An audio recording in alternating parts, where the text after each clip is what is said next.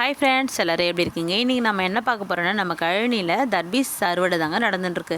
என்னங்க 10 நாள் அறுவடைன்னு சொல்லிட்டு 3 நாள் அறுவடை பண்ணுறதுனா கேட்குறீங்க. வேறு வழியே இல்லைங்க, அறுவடை பண்ணி தாங்க ஆகணும். ஏன்னா இந்த திடீர்னு காற்று மழை வந்ததுனால காய்ங்களாம் வேஸ்ட் ஆகிடுன்றதுனால சீக்கிரமாகவே அறுவடை பண்ண ஸ்டார்ட் பண்ணிட்டோங்க. இந்த காய்ங்களாம் அறுத்தெடுக்க நாங்கள் ஆள் தாங்க வர வச்சுருக்கோம். அவங்களே காய்ங்களாம் அறுத்தெடுத்து பெருசு தனியாக சின்னது தனியான்னு பிரித்து வச்சுருவாங்க. அவங்களே வண்டி வந்த உடனே அவங்களே ஏற்றியும் விட்டுருவாங்க. இதை மட்டும் நாங்கள் செய்யலைன்னா இந்த பன்னிங்கிட்ட இருந்து இந்த காய்ங்களை எங்களால் காப்பாற்றவே முடியாதுங்க. ஒரு நாளைக்கு 10லேருந்து 15 காய் வரைக்கும் கடிச்சு போட்டுருதுங்க. அப்புறம் இவ்வளோ தூரம் உழைச்சதுக்கே வேஸ்ட்டுன்ற மாதிரி ஆகிடுங்க. அதனால் நாங்கள் சீக்கிரமாகவே அதை காயெல்லாம் அறுத்து எடுத்துட்டோங்க. நம்ம கழனியை சுற்றி வேர்க்கடலை செடி நிறைய இருக்கிறதுனால வண்டி உள்ளே வரலைங்க.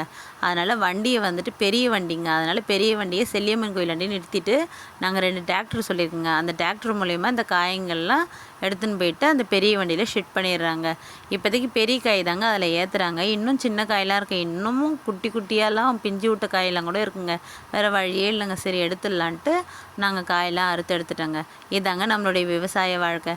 நம்ம சேனல் பிடிச்சிருந்தா லைக் பண்ணுங்கள், ஷேர் பண்ணுங்கள், சப்ஸ்கிரைப் பண்ணுங்கள். நெக்ஸ்ட் வீடியோவில் பார்க்கலாம்.